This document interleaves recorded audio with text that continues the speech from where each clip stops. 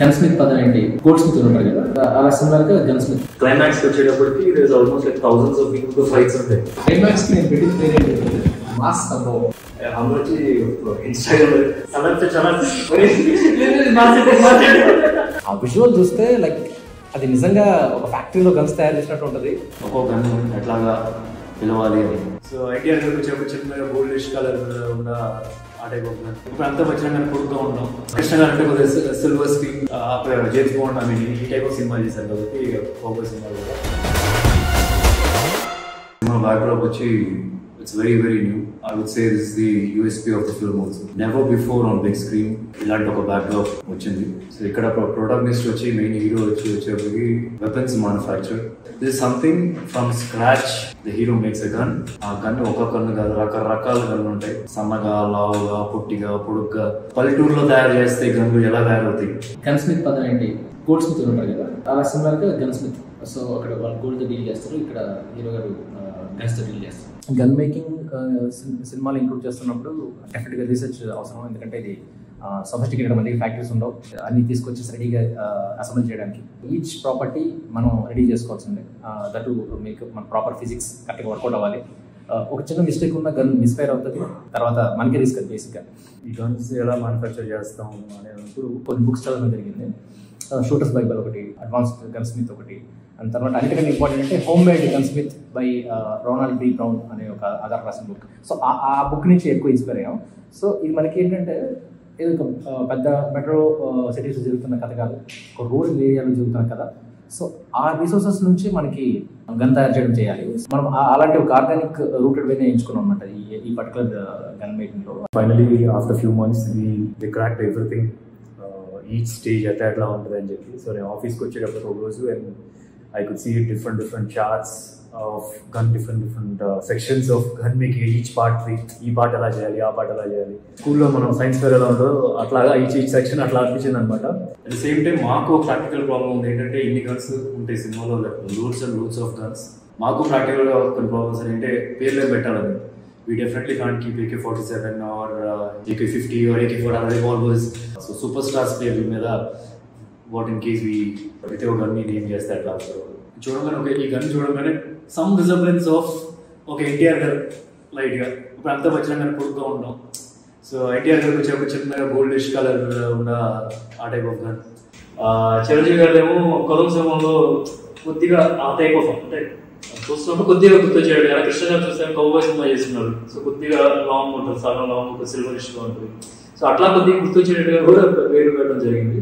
ఈ గన్స్ అన్ని తీసుకెళ్ళి మేము ఆ పర్టికులర్ లొకేషన్లో పెట్టిన తర్వాత ఆ విజువల్ చూస్తే లైక్ అది నిజంగా ఒక ఫ్యాక్టరీలో గన్స్ తయారు చేసినట్టు ఉంటుంది. లిటరల్గా నేనే కాదు, టీం అందరూ లవ్లో పడ్డారు ఆ ఒక్క దీంతో. ఎక్స్ట్రాడినరీ అనిపించింది ఆ situation. So we had fun. ఈ ప్రాసెస్లో నాకు అనిపించింది ఏంటంటే ఇది ఈ సినిమా గురించి అని కాదు, లైఫ్కే బిగ్గెస్ట్ లెసన్ ఏంటంటే మనకు అన్నీ చాలా టఫ్గా అనిపిస్తుంది, కానీ చేస్తున్నప్పుడు అది ఈజీ అయిపోతుంది. అంటే జస్ట్ లైక్ మేకింగ్ గన్ అసలు అది ఇమాజిన్ కూడా చేయలేదు స్టార్టింగ్లో. సో ప్రాసెస్లోకి దిగిన తర్వాత it's easy. Action is high voltage action. దీనిలో రెండు ఛాలెంజెస్ అనిపించింది. వన్, హౌ డు వి అంటే because the hero should make the gun from scratch. ఒకటి చేసిన తర్వాత ఆబ్వియస్లీ ఇలా చెప్తున్నట్టు ఒకరు 1-on-1 ఫైట్ కాదు. And as the character is growing fight number of fight 20 మందితో ఫైట్ ఉంటుంది, నెక్స్ట్ 50 పీపుల్తో ఫైట్ ఉంటుంది, నెక్స్ట్ 500 పీపుల్తో ఫైట్ ఉంటుంది. క్లైమాక్స్ వచ్చేటప్పటికి there is almost like thousands of పీపుల్తో ఫైట్స్ ఉంటాయి. That is what I felt will be a challenge. ఆ climax especially how we are going to shoot. ఆ చిన్న మినియేచర్స్ తీసుకొచ్చి సెటప్ ఇక్కడ ఇసుక వేసి సో ఇలా గ్రౌండ్ ఫీల్ తీసుకురావడం కోసం చిన్న చిన్న బొమ్మలు తీసుకొచ్చి వీటితో యాక్షన్ కొరియోగ్రఫీ చేయించి it was fun. And okay ఇది చూస్తే డిస్కస్ చేస్తున్నప్పుడు వినేవాళ్ళు భయపడేవాళ్ళు, ఇంత పెద్దది ఎలా అచీవ్ చేస్తారు లేదు అని. బట్ యాక్చువల్లీ ఇప్పుడు స్టోరీ బోర్డ్ ఇలా పిక్చర్ ఇచ్చినట్టే I don't think everybody can follow.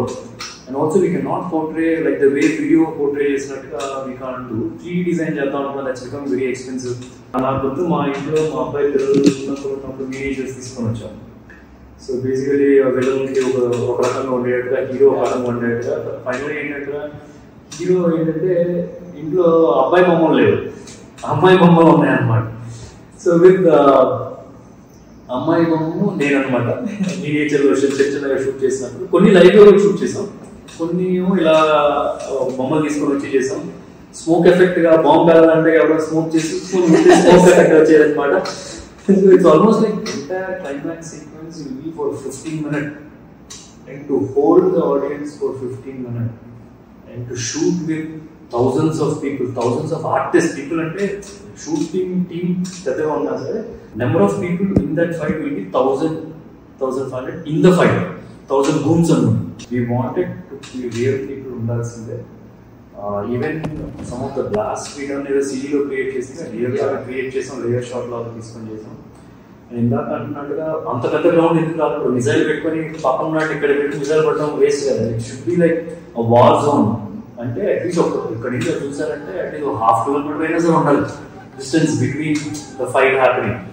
అది యాక్చువల్లీ మీరు మినియేచర్ లో చూస్తే అమ్మాయి గీసాం, అమ్మాయి చూస్తూ ఇలా ఫైర్ చేస్తున్నట్టు టైప్ లో తోసేటట్టుగా కర్పూరం వేసి అక్కడ ఫైర్ చేసి సో జీప్ ఒకటి ఫైర్ అవుతుంది. మనం ఇక్కడ షూట్ చేసింది కర్పూరం పెట్టాం. టెస్ట్ షూట్ చేసేటప్పుడు కొన్ని ఏమో మనం మినియేచర్స్ చేసాం అండ్ కొన్ని shoot with some artist direction team. So basically ఇప్పుడు అమ్మాయి ప్లేస్ లో అమ్మాయి అనమాట. బిగ్గెస్ట్ ప్రాబ్లం ఏమన్నా అంటే ఇంత సెట్ చేసి ఇంత పెద్ద కష్టపడిన తర్వాత అందులో వచ్చి ఇన్స్టాగ్రామ్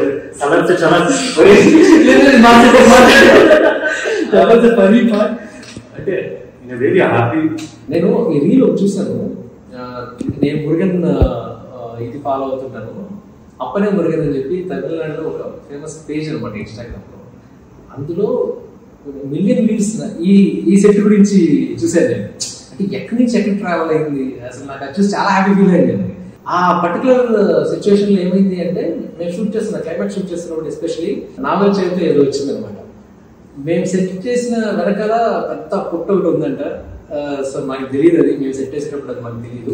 జనం అందరం డే నైట్ అక్కడ పూజ చేసుకొని మేము ఈవినింగ్ వెళ్ళేసరికి స్వామి ముందు ఎన్ని కొబ్బరికాయలు కొట్టేసుకుంటారు. ఎవరు పూజ చేస్తారు ఇలా అంటే సో లిటరల్ గా వాళ్ళు నిజంగా ఇక్కడ కొత్తగా ఏదో పెట్టేశారు విగ్రహం అన్నట్టు పూజ చేశారు. ఆర్ట్ డిపార్ట్మెంట్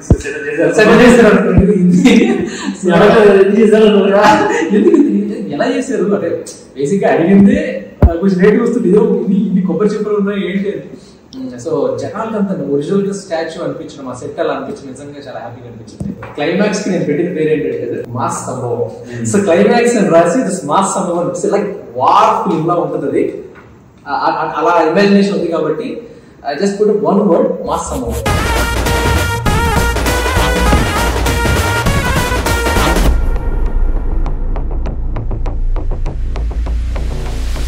హీరోయిజం అనేది కథలో నుంచి రావాలి, అది యాక్సెప్ట్ చేయాలి ఆడియన్స్. సో అలాంటి కథ ఇది. I'm sure just not my followers are superstar fans అనే కాకుండా everybody will enjoy this film on నా feel. Please come to the theaters and let's watch Mass Sambavam together.